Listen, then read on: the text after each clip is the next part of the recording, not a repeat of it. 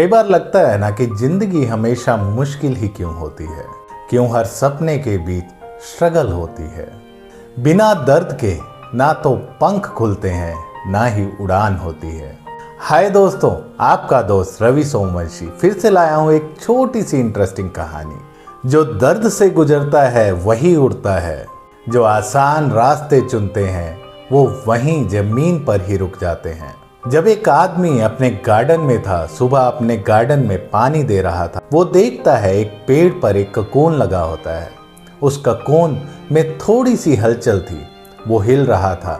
उसे एहसास हुआ कि शायद बटरफ्लाई इस ककोन से बाहर आने की कोशिश कर रही है।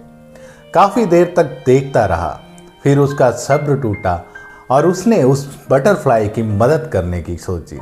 उसने सोचा कि शायद इस कोकून को काट कर अगर मैं थोड़ा हल्का कर दूंगा तो ये बटरफ्लाई आसानी से इससे बाहर आ पाएगी।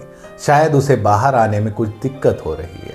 तो अपने मन की बात सुनता है और उस बटरफ्लाई की मदद करने के लिए, उस तितली की मदद करने के लिए उस कोकून को वो काटना शुरू करता है और हल्का सा रास्ता बना देता है। वो बटरफ्लाई उस रास्ते को पाकर उस कोकून से बाहर आ जाती है और उसके बाद वो उड़ने की कोशिश करती है।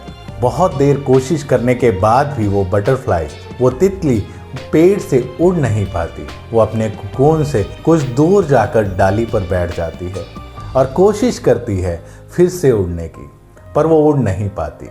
उसके पंख चिपके हुए थे, उसका शरीर कमजोर था। वो तितली पूरा दिन कोशिश करती रही। शाम को आकर उसने फिर गार्डन में देखा तो तितली वहीं बैठी हुई थी जहां उसको वो छोड़ कर गया था।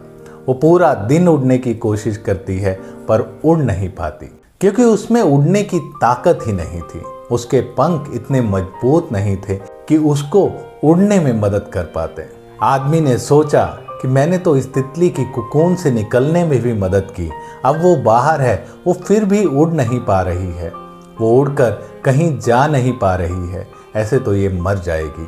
तब उसने इंटरनेट पर जाकर कुछ रिसर्च किया, तब उसे पता लगा कि भला करने के चक्कर में उसने उस तितली का बहुत बड़ा नुकसान किया है।